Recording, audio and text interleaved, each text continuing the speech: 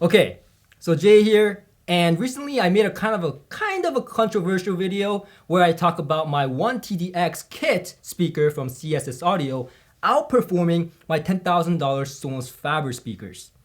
Now, to be fair, I was talking about the technical performance, meaning the CSS Audio 1TDX is technically a better performing speaker. Still, very impressive considering that it went up against a $10,000 speaker. Enough said there. However, there is a certain someone who heard both of the speakers at one point in time and had something to say about it. And after watching that video, he went furious and he decided to say, you know what? Let's do an A/B test, Jay, and see which one is actually better. And that someone is right here.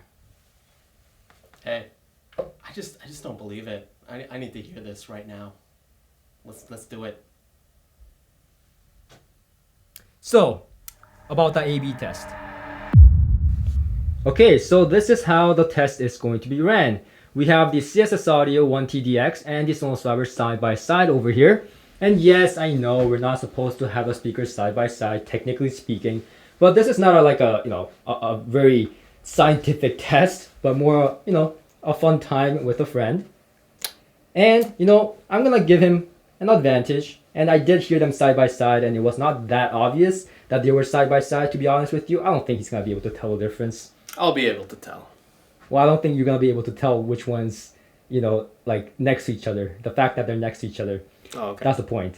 And also, we're using the Apollo DNF rips for both of the speakers because they're just a really good match with these speakers, like I said in my individual reviews of the speakers, which I'll link in the description below, by the way.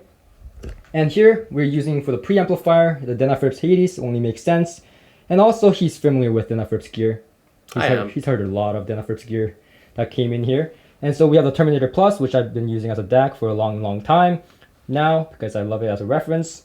And so with that being said, are you ready for the blind A/B test? Hell yeah. All right, let's go.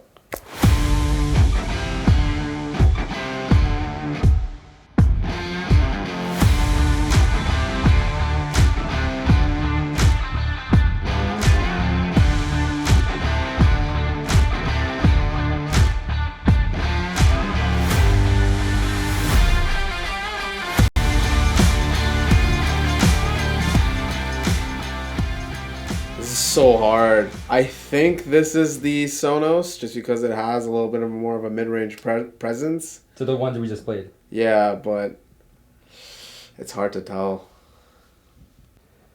I'd like to think this is the Sonos Faber.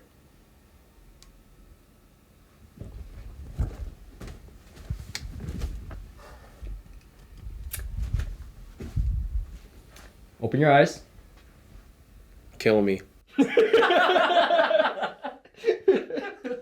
It was a lot harder than I thought. I really did think that the Sonos Fabers would image a bit wider, but when we were doing the ABs, oh man, it's like neck and neck. Right, so the Sonos Faber is less toned in than the CSS Audio, just so that the axis point is very similar, so that it'd be harder for you to tell which speaker is in which spot. Mm-hmm. Yeah, but I did tell you that in the beginning. That would be hard for you to tell the I thought that was a based joke. on that. I thought that was a joke. Which but would no. be cheating. I don't want you to cheat, so I made sure. Yeah. Yeah, but out of 5, right? Just for the time, because we don't have too much time here, we did only 5 takes. Out of 5, you got the middle 3 right. Mm-hmm. I mean, okay, the only reason we're doing this video is because I saw the video you posted. I watched the whole thing, and I was like, Jay, are you kidding me? Like, are you serious right now? Like, this DIY kit is as good as the Sonos Fabers. Like, I will go order one right now. Like, no, but seriously, posting that video, right? I had to go against my personal biases because I own the Sonos Faber speakers, and I had to really. It was hard for me too because it's a tough pill to swallow, so to speak. Yeah. But we have a lot of speakers here, but not a lot of speakers perform in that range. And I'm not talking about just the musicality aspect, but the technical aspect as well. Mm-hmm. And the musical and technical balance was so good on the CSS Audio. Technically speaking, it was better than the Sonos Faber. But there's like I said, there's a clear reason I still own the Sonos Faber. One is the pretty aspect. too, to me, that little bit more of that mid-range character, mid-bass bump, right, really gives a more girthy sound. And that's kind of what I like. It's like not as correct as the CSS audio. Yeah, I found the CS audio to be more of a reference kind of tuning. Yeah, the bass is more linear on the CSS audio, whereas the Sonos Fibers are a little bit more exaggerated in the mid-bass region. So there's a clear reason why I still love the Sonos Fiber sound. The sound is not exactly the same, but like we just experienced, they are on the similar ballpark of sound.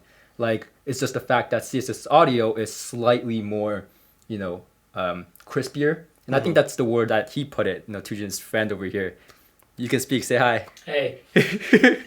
So, yeah, I think that they are very close speakers, and considering, again, the fact that, we're talking about a DIY kit that doesn't look as great, but sounds comparable. And I think that's very impressive. Yeah.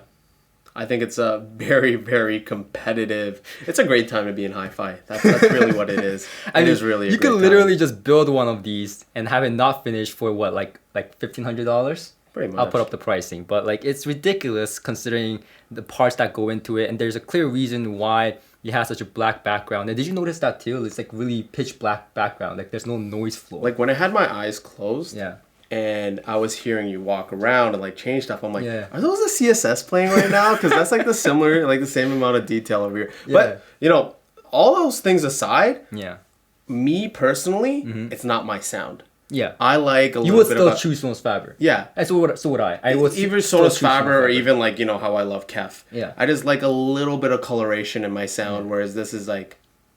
See, for me, it serves two different utility purposes, right? For me, the Sonos Faber is something I would like jam out to and like just look at and just caress, because it's so beautiful. Yeah, that's you. But then this CSS audio is like tolerable. The high frequency is not piercing like some vocals do for me. Oh yeah. Right. It's not as like mid-centric detailed, forward sounding as some magicals do for me, personally speaking. Right. It's just a very good balance between the Sonos Faber sound and, like I said before, if Sonos Faber and Focal had a baby, right? I kind of I get it. over exaggerated in my original video. It's a new benchmark, really. That's what it is for me, because I'm like, okay, of course for a DIY aspect included. Yeah. But like for the money, the performance you can get. Yeah. This is a new bar that's kind of been achieved. No, yeah, I think that's what it is, and so. Yeah, that's pretty much it. So here you go. He came in going like, "Yeah, I'm gonna prove Jay wrong because that video was bullshit." I wasn't that angry. Okay, he's just building like a whole. See you guys in the next one. Peace.